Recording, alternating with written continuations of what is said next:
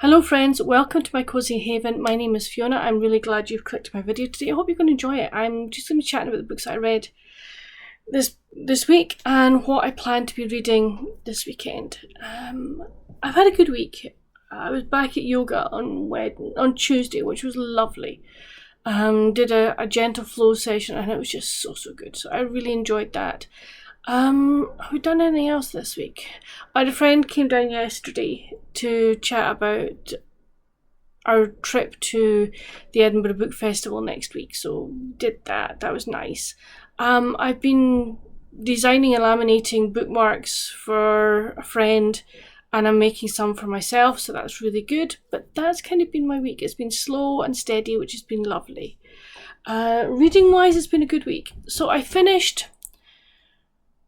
what was it called? So This Is Christmas by... No, it isn't. I'm talking a load of rot. Once Upon a Christmas Carol, that's what it was called, by Melody Carlson. There's no actual cover for it, I'm afraid, which is a bit of a pain. Cover is beautiful. It will be on my thumbnail, my brain. I'm sorry, guys. Right, so Once Upon a Christmas Carol. We meet Carol, and she has decided this Christmas she is going to have a holiday in the sun, in the Bahamas, just laying on the beach, really happy. Gets to the airport, plane goes out okay, but then they are diverted because there's a major storm coming in, and it ends up being that they're going to be stuck at least overnight in this airport that they've been diverted to. And she remembers that well, there are no hotel rooms available, but she remembers that her aunt lives in the area. So she phones her mum and goes, what's your sister's address? Oh, I don't know, can you remember her surname? Yeah, that was it. The sisters are not that close. And so Carol finds her aunt's number, phones her up, and I was like, yeah, absolutely, come and stay, no problem. I'll get Victor to come and pick you up. So this guy, Victor, comes to pick her up, and there's they start talking on the journey back, and things get a bit confused, and she thinks he is her cousin, but he's not. He's just a friend of the family's. She arrives to find that her aunt has a damaged wrist, so she obviously starts helping out, and there's this big event happening in the town on the weekend coming up, and she kind of realizes that her aunt is not going to be able to do what she normally does for the event and things like that. And it's the story of that Carol actually stays to help her aunt. And as she learns about the family dynamic, she learns more about Victor and his family. She actually learns, in some ways, where her place is and where she's meant to be. It was beautifully written. I really like Melody Carlson's writing. Her Christmas books are superb. And I really, really loved this one. I gave this one a 4.5 out of 5 because it was just really, really good. I thoroughly enjoyed it. And I think... It's a novella, so it's a short book, but because it's a short book, it doesn't mean it doesn't, fill all the criteria that a book should fill. I really absolutely adored it, and it's definitely a Christmas one I would recommend. I also finished Under the Tuscan Sun by Frances Mays. I'm going to give this one 3.5, 4 out of 5. I did really enjoy it. There are bits of it I find a bit slow, but that's fine. That is absolutely fine. I think you're going to find that with factual books anyway. I really enjoyed learning, or sort of being taken through the process of what they did to, make Bramisol into the home that it is now. And also the people they met, and also, all the things that they're growing in their garden, and, where they went on various journeys, outings and, things like that, why they went there, what they went to see. I love the recipes in it as well. It's definitely going to be a book that I'm going to keep on my shelves. I'm definitely going to be cooking from this because there's some brilliant recipes. So for those of you that don't know about or have not seen Under the Tuscan Sun, the movie is completely different to the book. I will tell you that now. So Frances Mays and her husband decide they're going to buy this house called Bramisol in Tuscany. And we are taken through the process of them buying it, them restoring it so that it's livable and comfortable for them. It's also the fact that they have extensive gardens, and it's how they get these gardens back into being productive with olives, hazelnuts, flowers. There is an awful lot that they grow in their own garden. They now make their own olive oil. And it's the people that they meet within, not only with the town of Cortona, which is the house is outside of Cortona, but they can walk into Cortona. You get descriptions of the town, you get description of the festivals that are there, of all the churches that are in the surrounding area. Also, as I say, they go on trips for various wines and just to explore the countryside as work is being done.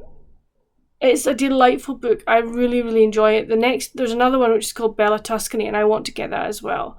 So I have the two together because it's again a bit more to do with Bramisol and their the house and their travels and stuff. So really, really enjoyed it. I love the movie, but as I say, the movie is very, very different to the book in some ways. But no, I really did enjoy it, and it was lovely to have it. It's lovely to have this back in my possession again. I am really happy to have it in my collection, and I know it's going to the recipes will be used definitely. There are some in here that I'm like, yeah, I really want to try that. So yeah, fun read. I also finished Sandpiper Shore by Debbie Mason. This is book, I think it was book 6 in the Harbony Harbour series. This one fell flat. This one I'm giving a 3 to. Main reason being because I think she was trying to do a Cinderella retelling, and it just didn't work. For me, it didn't work. Jenna, the main character, for me is too naive for her age, and I think she'd be more worldly aware. And okay, so she sees the world through rose-tinted spectacles, but I still think for that she has to have more worldly common sense, if that makes sense. So in this story, Jenna is supposed to be marrying Lorenzo, and Lorenzo basically dumps her for her stepmother. And Lorenzo is an absolute nasty piece of work. He's definitely got a screw loose somewhere. And Jenna also has two stepsisters, but they're not the ladies. All 3 sisters are not the stepmother's daughters, if that makes sense. The way I'm going to put it is, I actually don't know how it works. Elizabeth did tell me, but it's gone out of my brain. So the stepsisters have made her wedding dress, and he calls it off, and then they blame her for the wedding being called off. And he wants the engagement ring back, and she's like, no, you're not getting it. And there's a fracas outside her stepsister's wedding shop, and the police are called, and Logan Gallagher also arrives. He saves Jenna. Aidan, his brother, something happens that his boss is also head of police chief. He's a nasty, slimy git. So there's all of this going on, and also Lorenzo and Jenna's stepmother are kind of supposedly running Jenna's matchmaking business, but they're running it into the ground and basically just taking the money for nothing. So they're ruining it. And there are a lot of things going on in this story. It's very, very convoluted. There's a princess. There's amnesia. There's a wedding that's maybe not a wedding. There's just so much going on. And it became really quite unbelievable in places. And I'm like, yeah, right, really. So I've been really, really looking forward to this one. And I thought it was, it was a fun read in some ways, but in other ways it was really, really annoying. So that's why it didn't get such a good review from either myself or star rating from myself or from Elizabeth, because we just felt Jenna was just being a bit naive in many, many ways. Glad I've read it. Adds to the whole story of Harmony Harbour, and it'll be interesting to see where the next book takes us. So I then picked up Best Summer Ever by Heidi Swain. I'm on chapter 19. I've just got that to go. I suspect I'll get this finished this weekend. Not going to say much, just about this is about Daisy, who comes back to Weymouth, having found her boyfriend in a compromising position, and has decided that's it. End of. And she's moved back in with Mum and Dad. Mum and Dad are not exactly happy about it. They're not happy that she's back. They're not happy that she's dumped the boyfriend, but she won't tell them why. There's been some tension. There's obviously tension between her and her parents, especially her and her dad. And it's like, why has that happened, etc. We know why it's happened. In chapter 18, it all gets explained. So that's good. There's an American tourist that she's possibly having a summer fling with. But there's more to him, I think, than meets the eye. I think I've worked it out, but we'll see what happens. And it's also Daisy trying to reconnect with her two best friends, and just having a summer at home because she wants to, reconnect with people. I'm really enjoying it. I have to say, I am really, really enjoying it. I like Heidi Swain's writing, and it's a good read. It's a fun read. I'm also reading Oathbound by Tracy Dion. My hold from Libby came in. I'm honestly not sure about it. I suspect I'll finish it, I think. The first part of it was like, what's going on? Why? Who are these? But now we're back to other bits, and it's like the bits that the characters I remember, so that's fine. Yeah, it's going to be an interesting read to see possibly what happens. As I say, I'm not making any promises. I'm going to finish it. We will just wait and see what happens and take it from there. So that's kind of my reading. What am I doing this weekend? Well, the other half's coming up to make bread today, so that'll be fun. We're having a bread afternoon. There's athletics on this weekend. We've got the Rugby Championship, which is South Africa, Australia, Argentina, New Zealand. It starts this weekend. So we'll watch one game tomorrow and one game will get videoed, and we'll watch it on Sunday. So we've got that to do. I would like to get